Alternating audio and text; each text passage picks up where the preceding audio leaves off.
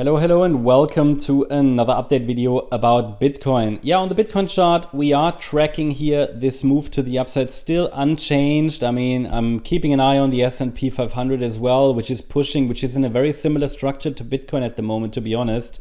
So the S&P still pushing, markets are pushing, right? Only gold and silver are suffering a bit. Which is funny because they were very much aligned with crypto, and then Bitcoin wasn't so much with the stock market, or at least with the indices.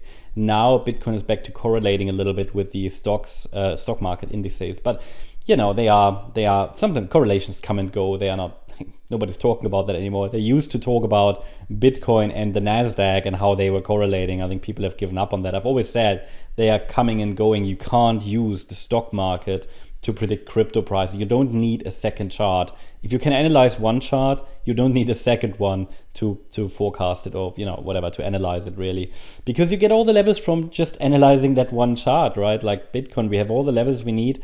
The trend's still up. I can only repeat what I said in the last video because we haven't really seen significant movement. What is interesting though, and I showed you that in the last video, Bitcoin dominance still declining. The altcoins are pushing. That's precisely what I already highlighted yesterday, that we were seeing the first signals that a larger altcoin rally is starting.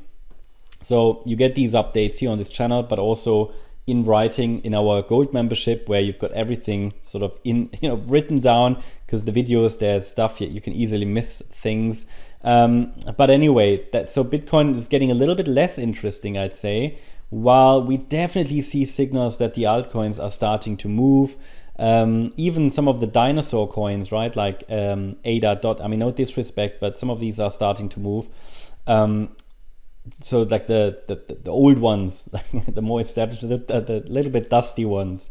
Again, don't want to insult anyone here, but it is the case. They haven't really been interesting in recent months, but now they start to get interesting again.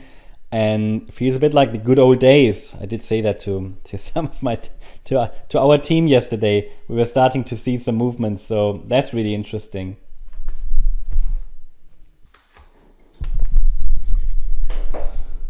So yeah, we definitely see some movement. I mean, Bitcoin here is still pushing higher. We have a possible 5-wave move to the upside. That is within the third wave, still unfolding. As I said before, as long as we're holding above that last red line, which is located at 74,600, 74,500, which is yesterday's low, there is absolutely no indication that a local top has formed.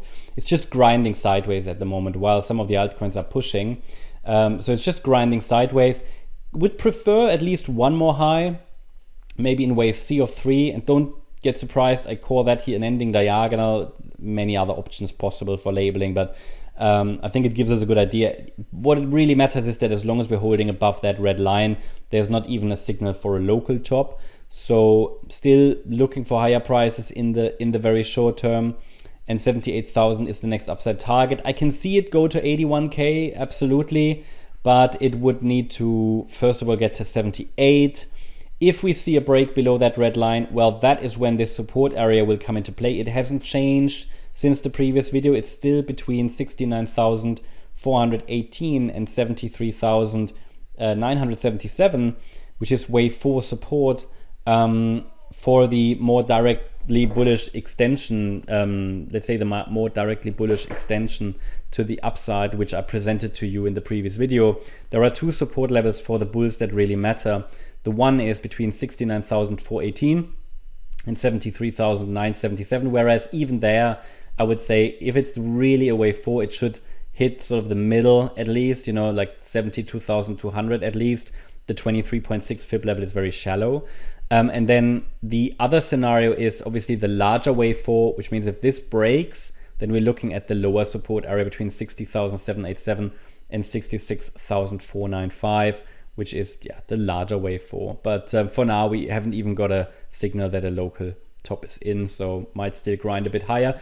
Grinding sideways seems to be good for the altcoins, so I mean, I don't have a problem with that. Guess many don't, but yeah, there are some signs of exhaustion here a little bit, but it's holding on a high level, so I'd still prefer upside for now. Not much more to say. Hope you liked the update. If you did, please hit the like button, leave a comment and subscribe. And if you really like the content, then please check out the channel membership. Also make sure that you follow us on Instagram and Twitter for additional content as well. And yeah, I mean, I get a lot of requests now, obviously on YouTube here for our, for additional coins or whatever. All I can say is in our gold membership, I cover plenty of additional coins, updates, charts. Today, for example, covered Casper, MicroStrategy, Dogwith had Bitcoin a couple of times, Near Protocol, Coinbase, Say, Sui, Ray, so chart, and even WorldCoin, Ondo. So charts I'm not covering on YouTube. So if you're interested in additional updates, check it out. Also on Sunday, we've got our next member live stream. That's the update. Hope you liked it. Thank you very much. Bye-bye.